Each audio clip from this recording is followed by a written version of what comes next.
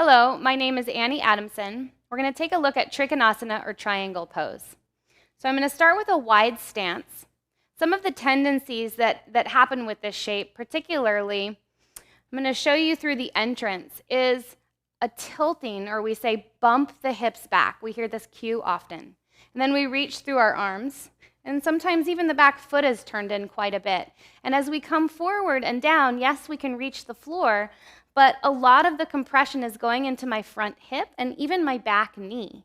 And then from here, I'm touching the floor, but what am I actually doing? I can't strengthen or pull in or even work my spine. So it's a lot of pressure for the front hamstring and the hip particularly.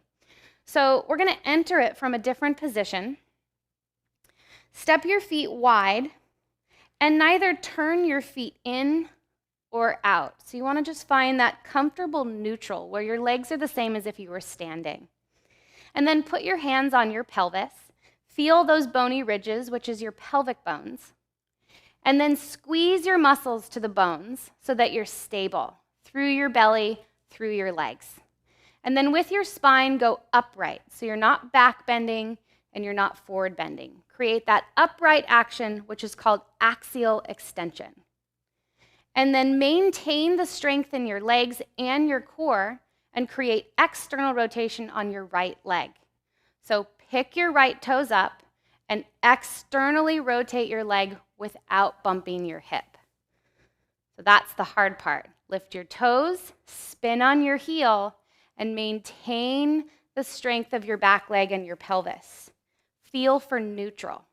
You might have to do a little bit of an adjustment there, okay?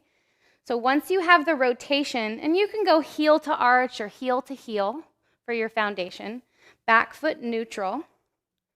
And then from this position, slide your hands up to your ribs. Breathe in and feel your ribs expand into your hands. Breathe out and go upright. Then create lateral spinal flexion. Use your hands to help guide you without bumping your hips. Up and over. Now what'll happen is it'll feel like the floor is farther away because I'm not collapsing. So I'm going to use my block and push down. With my hands against my ribs, I can arc my spine. Keep your neck and your jaw and your head relaxed to start. Then slide your top hand to your ribs, to your chest in the front. Breathe and turn your head, your neck, and your collarbones all together. Then stretch your top arm up, and if you choose to, you can lift your gaze. And from your belly, push out through your legs. Lift up through your ribs. You'll get a nice, good side stretch. And then to finish, to come out, top hand to your hip. Look down at the floor, bend your front knee a little bit, and push down to rise up. Parallel your feet, stack your hands, bend your knees, and you can step or lightly hop in.